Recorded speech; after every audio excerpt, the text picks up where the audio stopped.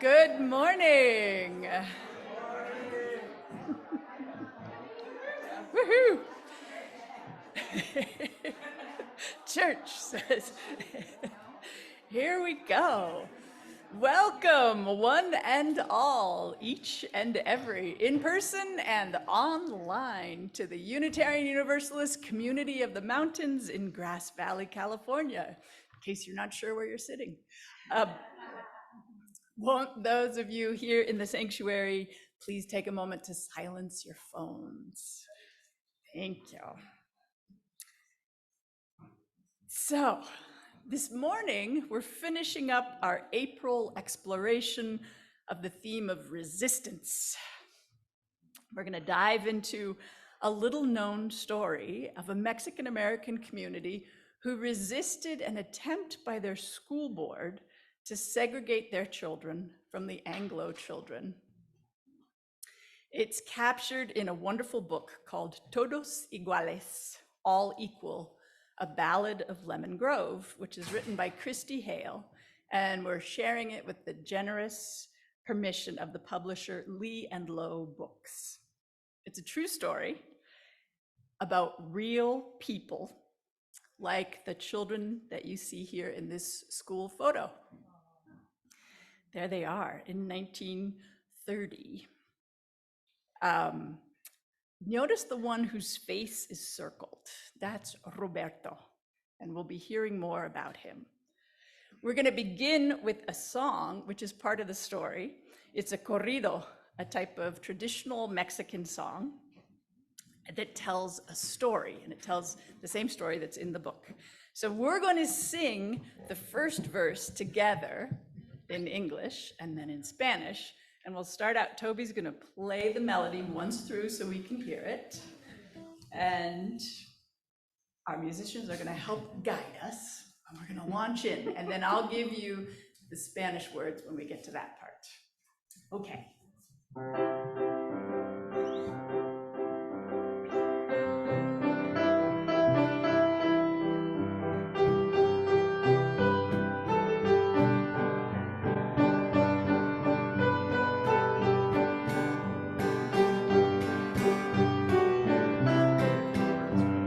Lyrics, please.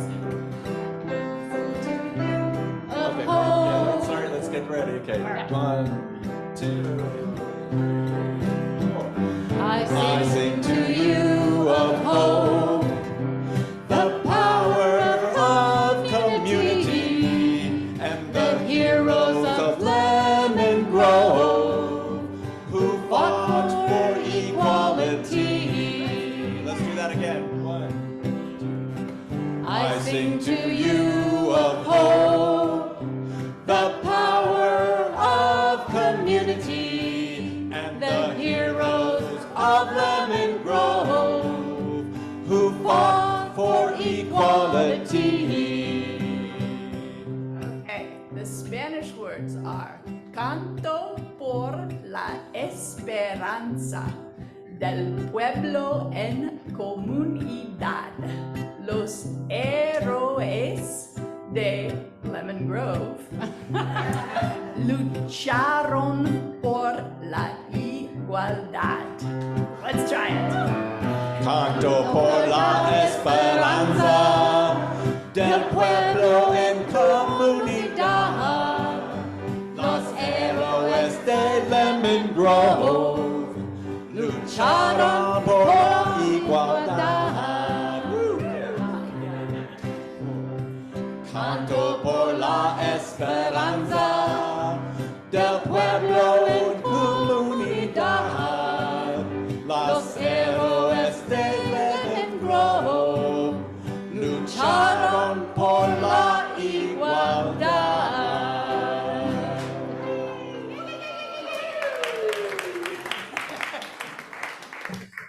Well done. You'll get a chance to sing it again at the end.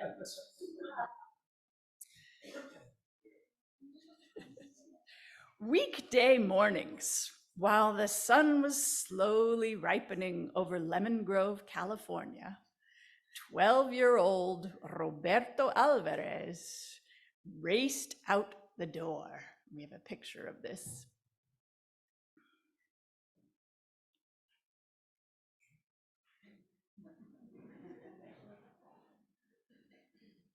That's a mural that's in the real Lemon Grove, which is down by, oh yeah, actually, go to the next one. Here's a picture of what Lemon Grove looked like in 1930 when our story takes place, 30 and 31. Today, it's part of San Diego. It's been sort of encompassed by San Diego, but it's still there. So there's Roberto Alvarez. He raced out the door. He loved school, and he didn't want to be late. He hurried along North Avenue and around the corner to Olive Street, where he joined his friends on their way across town.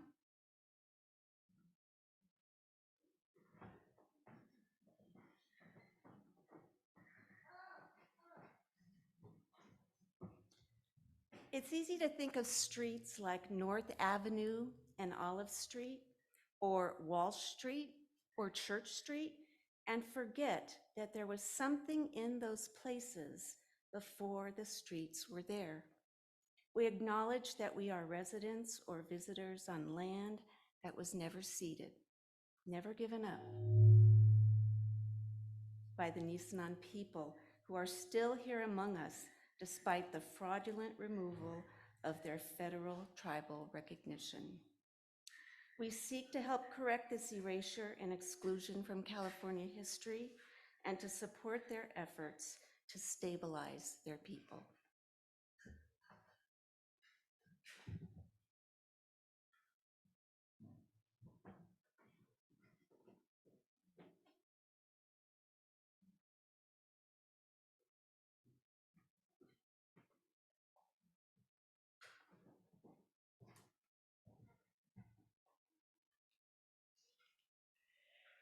Roberto and 74 other children from his neighborhood continued on their daily trip.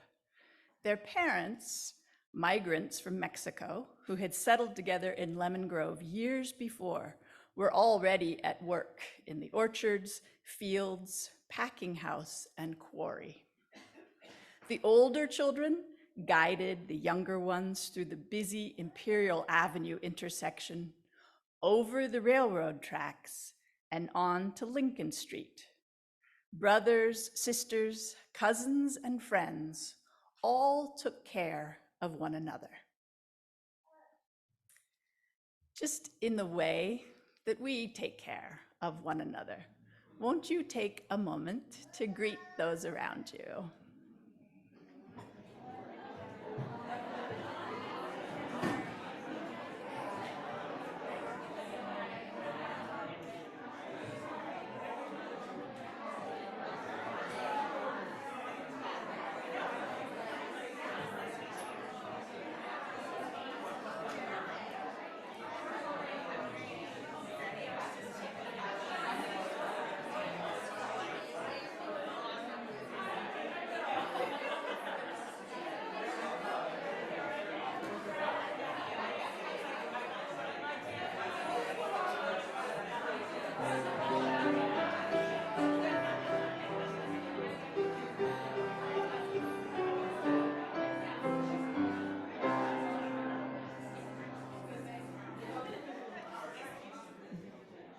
Back to our story. The rest of the 169 students who attended Lemon Grove School arrived from nearby homes. Roberto waved to his friends. Although the Mexican and Anglo families lived and worked separately, the children swam together at Polly's Pond, and they all played baseball together.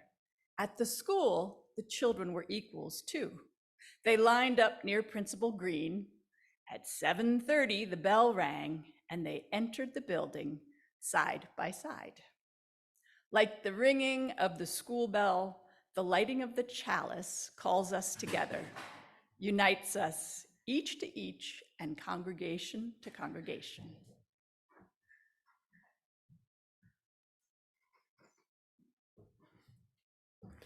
Now there is invoke, there is provoke, there is just broke, and there is awoke or awoke. There's justice, there is injustice, and there is just us. To make justice and love happen, that's what I believe, because I'm a free thinker. I believe it's only us together who can save ourselves.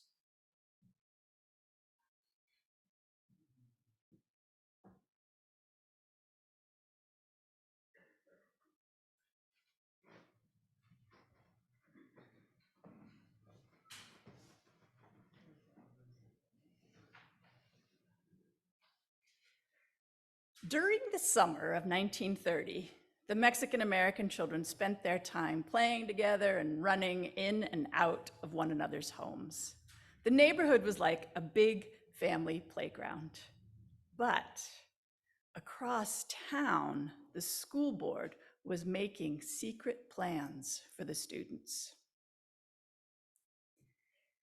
In September, Roberto noticed new construction on Olive Street, not far from his home. Throughout the fall, the neighborhood children watched, peeking through the gaps between the rough boards as a two-room barn-like building appeared. In late November, 2 swings and a teeter-totter were added near the building. Suspicion grew that this was to be a separate school for the Mexican-American children. And then one day in mid-December, Roberto was playing ball near his house when Principal Green came by and gave Roberto a piece of paper with 2 columns. "Would you do something?" the principal asked. "Go to all the families and ask them to sign on the left if they're coming to the new school and on the right if they're not." At home, Roberto's uncle tore the paper to shreds, but the news spread quickly and the community united. On January 5th, 1931, Roberto and many other Mexican-American children returned to Lemon Grove School after the holidays. They huddled outside, sharing their stories of their holidays, and when the bell rang, Principal Green raised his hand for silence. He stood like a guard at the doors. "Move aside and let the Anglo students go to class," he told the Mexican-American students. "You do not belong here."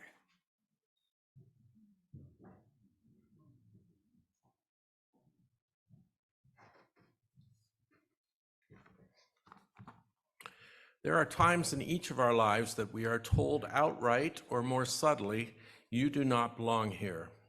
These messages are louder and clearer for people of color, immigrants, people with disabilities, trans people, the list goes on. Here at UUCM, we seek to build a beloved community that reflects the world as we wish it to be, one where no one is told you do not belong here.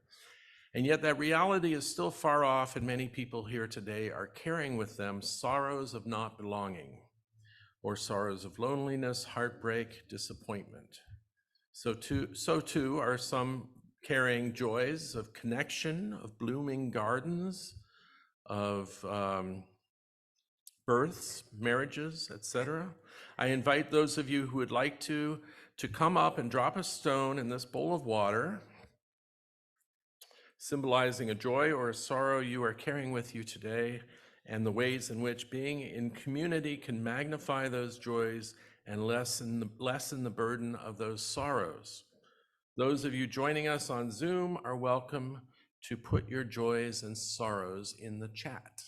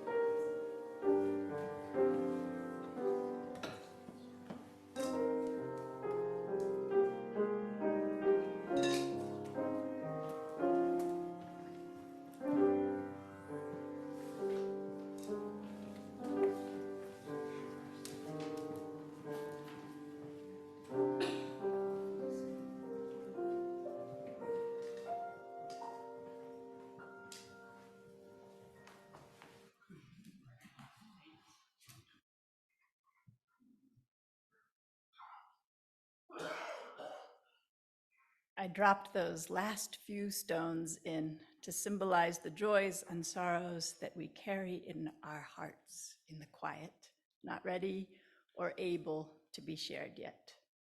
May this place be a balm for us.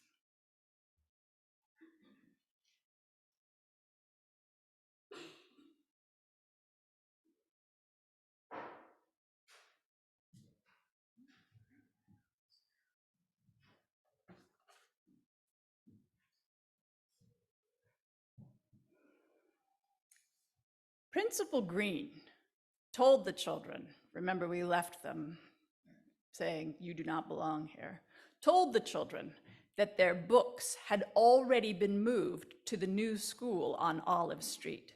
Mrs. Elliott and Miss Markland would accompany them there. The two teachers tried to guide the group along, but the children had been warned by their parents not to go to that barn. One by one, the students broke away from the teachers and ran home until only 3 children arrived at the new school. So the corrido tells the story of this in song. We're going to hear bits and pieces of it throughout.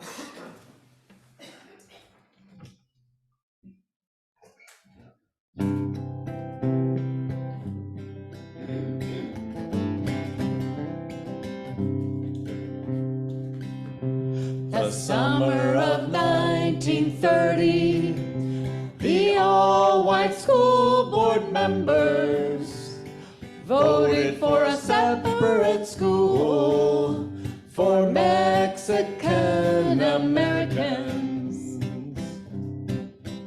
It was January the 5th when the grammar school principal blocked Mexican Americans before they could enter the hall. We won't go to the other school. It's not equal, the children yelled. It's nothing more than a horse barn. The ill-treated children rebelled. What's gonna happen? What's going to happen? In the evening, Roberto and his family squeezed into the Bonilla home along with other neighboring Mexican families. The parents had come to California many years before to make better lives for themselves and their children. They wanted the children to receive a good education, but the new school was small, roughly built, and filled with cast-off school supplies. It was an insult. One parent pointed out that her children were born in the United States and were citizens. Other parents nodded in agreement. Most of the children were United States citizens. Juan Gonzalez took the lead. He proposed that the families form the Lemon Grove Neighbors Committee. If they all refused to send their children to the new school, the school board would not be able to get away with segregating their children. Juan Gonzalez and Roberto's mother traveled to San Diego to meet with the Mexican consul, whose name was Enrique Ferreira.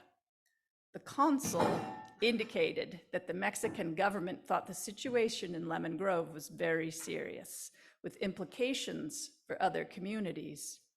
The new school was just a pretext to segregate all Mexican American children and give them an inferior education. Consul Ferreira gave the families his full support and offered the services of 2 lawyers. The parents filed a lawsuit against the school board for separating students who were United States citizens on the basis of heritage. The community held rummage sales and barbecues to raise money. Newspapers printed articles that brought support from the wider Mexican community and helped pay legal expenses. Next slide, please. just like the Lemon Grove Neighbors Committee. You see where I'm going. Here at UUCM, we are self-funded, which means all of our income comes from the generous donations of members, friends, and visitors. At the moment, we're in the midst of a special fundraising opportunity. Thank you so much to all of you who have so generously responded to our matching challenge. The increases, some large, some small, each according to individual means, are very much appreciated. If you haven't heard of our exciting pledge match, there's still time to participate. A member, aware that our expenses have increased, has offered to match any increases a member makes to their 23-24 pledge up to $10,000. We could potentially add as much as a much needed $20,000 to our 23-24 budget. The past 2 years, as you all know, have been challenging for churches, businesses, and community organizations. UUCM has really risen beautifully to these challenges. We are strong as a community. As individuals, we get to decide, according to our values, how much we can afford to support what we appreciate about UUCM. We are close to our $20,000 goal. For those of you on the fence, only $3,000 more in pledge increases would bring us there. We would be close to closing the gap between income and expenses. The closing date for our matching challenge is May 9th. We are a committed community with a strong vision, and your generosity will help us keep moving forward. You can send your 2023-24 pledge increase to stewardship@uugrassvalley.org or get in touch with the front office, and Siobhan will make sure the information gets where it needs to be. So every Sunday, we take up a collection, 25% of which we share with a partner that reflects our UU values. It is so appropriate that in a month where we are digging into the theme of resistance, our Share the Plate partner is Citizens for Choice. They were founded in 1989 to support reproductive choice by providing comprehensive, unbiased family planning information, education, and charitable services to the public. Their primary focus was and is protecting a woman's right to choose to make medical decisions regarding her body in private and in a non-judgmental environment.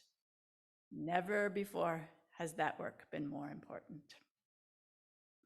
As I said, 25% of our gifts go to support the work. If you would like 100% of your gift to go to Citizens for Choice, please place your gift in the white envelope in the baskets or make your designation if you're giving online. Please see the slide for other ways to give, and won't our ushers please come forward to accept this morning's offering.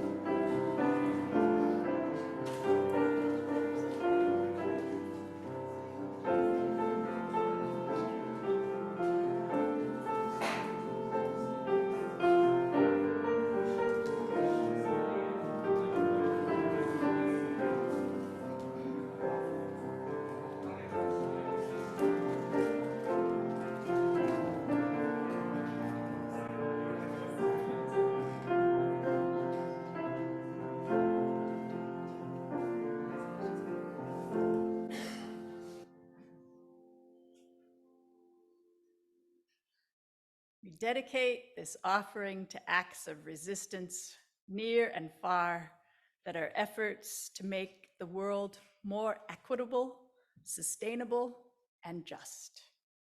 Thank you for your generosity.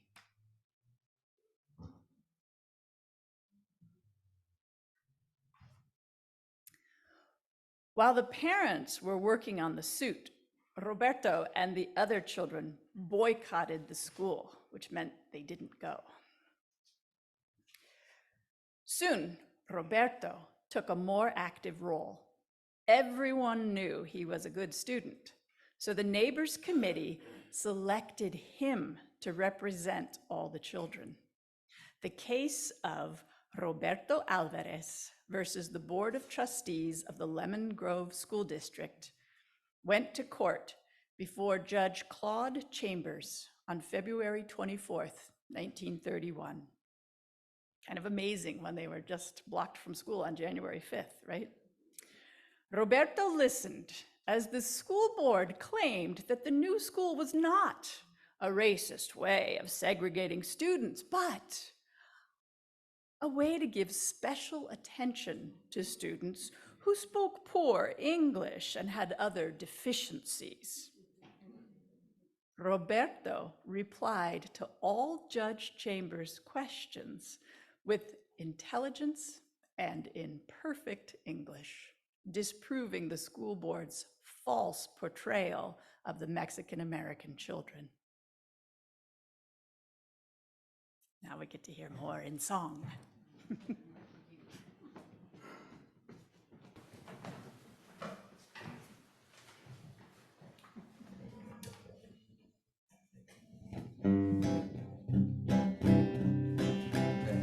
The immigrants joined together with their friends and their families, and they established the neighbors, a mighty community. The neighbors appealed for support from the Mexican consul. They hired legal services and boycotted Lemon Grove School. They brought their case to the courtroom through hard-fought litigation. Took an important step forward to end school segregation.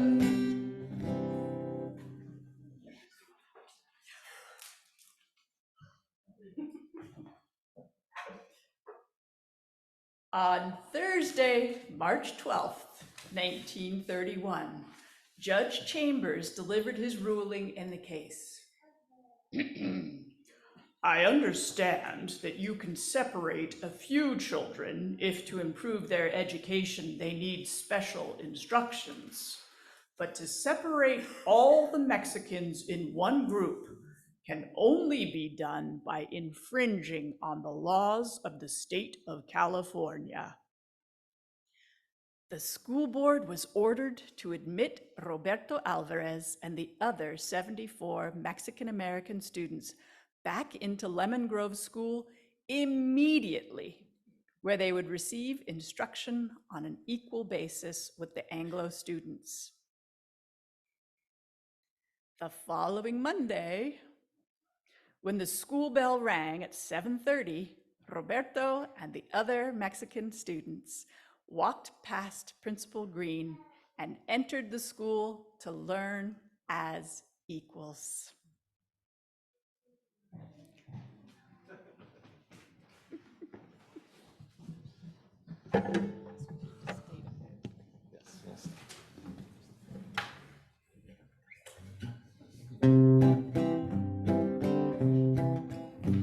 The judge ruled in their favor, saying that the separation of Mexican-American children was bad legislation. So the of Mexican Americans back in their regular classrooms sat proudly with more confidence because they knew they all were equal.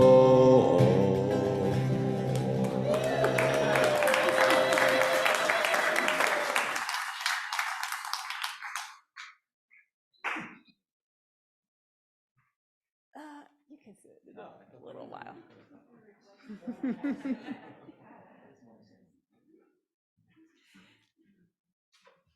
And so Roberto was a hero as a child. He was 12 years old, speaking up so well in court and helping all those brave grown-ups resist the attempt to give the Mexican-American children a lesser education. Here is a picture of him and Judge Chambers, who made the bold ruling for that time.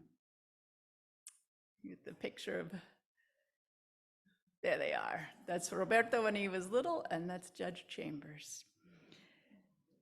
Roberto grew up and started his own company in Lemon Grove, a pioneer in importing fruits and vegetables from Mexico to the US. He was very successful. Here's a picture of him as an adult. Apparently, he always wore that white cowboy hat, which was a visible reminder of his Mexican roots. He won many, many awards throughout his life for his lifelong community involvement and his philanthropy. Roberto Alvarez died in 2005, and in 2007, the Lemon Grove School District named the middle school auditorium for him. And here's a photo of that. You can find this if you go on Google Maps too. You go Street View in Lemon Grove, it's right there. Or you could go to Lemon Grove. And Principal Green, who, even though he held up the school board's decision, he did defy them by letting the Mexican parents know about the plans, right? The school board wanted to spring it on them on January 5th, but he took that piece of paper out to Roberto and he gave them a heads up. He was fired for his defiance right after the kids came back to school. How many of you have never heard this story of the first successful school desegregation case in the US? Yeah, I only recently heard of it myself, and that's because the Lemon Grove School District had no money left to file an appeal to Judge Chambers' ruling, because they'd spent it building a school and they had to pay the legal fee. They actually had to reimburse the Mexican families for their legal fees as part of the ruling. So the decision never went on to a higher court, and so it didn't set a precedent. But another point about this ruling that's a little underwhelming is that in 1931 in California, Mexican immigrants and Mexican Americans were defined in the law as white. And the law that Judge Chambers applied was that they could not be separated from other white children. But 16 years later, in 1947, after another court case about separating children of Mexican ancestry, California Governor Earl Warren signed legislation ending public school segregation in the state for all children. And 7 years after that, when NAACP lawyer Thurgood Marshall argued the case of Brown versus the Board of Education in front of the Supreme Court, it was the very same Earl Warren who was serving as Chief Justice of the Supreme Court. And he declared that school segregation was unconstitutional throughout the country of the United States. So one final note about this story is that Roberto Alvarez's son, who was also named Roberto, who was in that there's a slide that shows him in front of the mural about the Lemon Grove incident. There he is. That's his son. He is a PhD in history and a professor at UC San Diego. And it was he who unearthed the story from some family documents that he found, because his father never talked about it. And he brought it to light and wrote an article about it and a book about it, and it's why we know the story today. The name of the book again is, I think I have it right here. I don't know where I put it. It's Todos, Iguales, All Equal, a Ballad of Lemon Grove. We have many thank yous this morning to the people who helped put this service together. Some of which get filled in at the last moment. Thank you to Catherine and Randy and Tom and Toby for the music this morning and diving into that. And thank you to our greeters, Carmen and Jean and Gwen and Lori, to Linda Siska for the gorgeous setting. And to all the other people. Oh yes, to our ACE, our crack tech team back there. Cypress and Bob. And who is it who's overseeing refreshments this morning? We didn't get that information. Beth, thank you to Beth Rose for that, and to Rain, thank you. And this was the week that we're doing the switch over from Carol and Mary to Siobhan, so thank you to all three of them. That's Carol and her three girls that you see in the background there, and in the next few slides, you'll see them as teenagers. So a few announcements. We have a Meet the Minister tea. It's virtual on Zoom on this Wednesday, and then again Monday evening, the 15th. Our wine market is coming up on May 20th at 6 p.m. That's a Saturday evening. What a great way to spend a Saturday night with Dave Luce. See Keith for tickets. And Linda Siska's art is going to go up in the library. There'll be a reception for her on May 21st.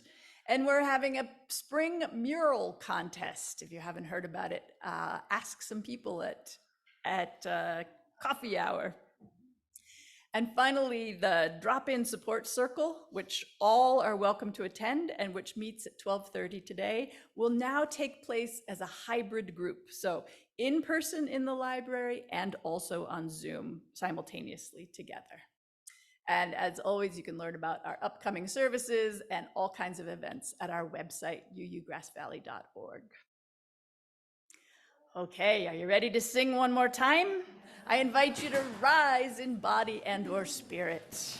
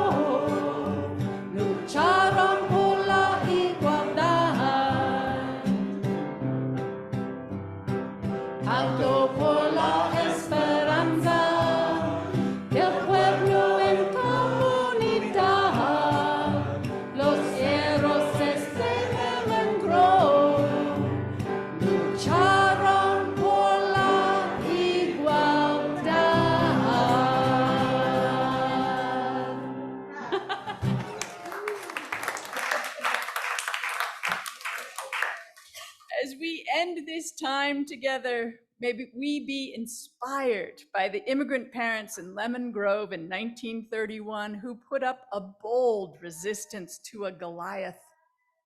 And may we push ourselves to be the people we have been waiting for. As we heard in the chalice lighting by David Breeden this morning, there's just us to make justice and love happen. May we hold that ever in our sight as we carry the flame of peace and love until we meet again. If you're here in the building, please join us for refreshments down the hall. And everyone, we'll see you next Sunday for the Creative Spark.